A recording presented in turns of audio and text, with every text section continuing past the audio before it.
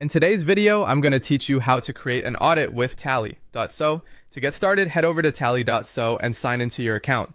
Once you're inside the dashboard, click Create Form to begin building a new audit form. This gives you a blank starting point where you can structure the audit exactly the way you need. Before you start adding questions, take a moment to define your audit objectives. Be clear about what you're auditing, whether that's a website, a business process, a marketing strategy, compliance, or something else. You'll also want to identify the information you need to collect and the criteria you'll use to evaluate the responses. This planning step is important because it helps you build a form that is focused and easy for respondents to complete.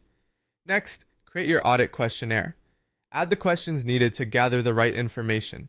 This might include things like company name, website URL, industry, current challenges, goals and objectives, existing tools or systems, and areas requiring improvement.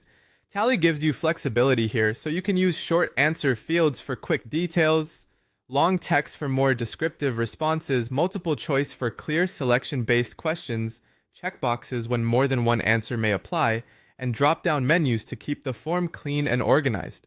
After that, organize your questions into sections. Grouping related questions together makes the audit easier to understand and complete. For example, you might create sections for business information, marketing assessment, operations review, technology stack, and recommendations. Using headings and dividers will improve readability and help the form feel more structured. If you want the form to feel more personalized, add conditional logic. This allows Tally to show certain questions only when they're relevant. For example, if someone selects an e-commerce business, you can display questions about online sales platforms. If they choose a service-based business, you can show questions about client acquisition instead. This keeps the form concise and avoids unnecessary questions.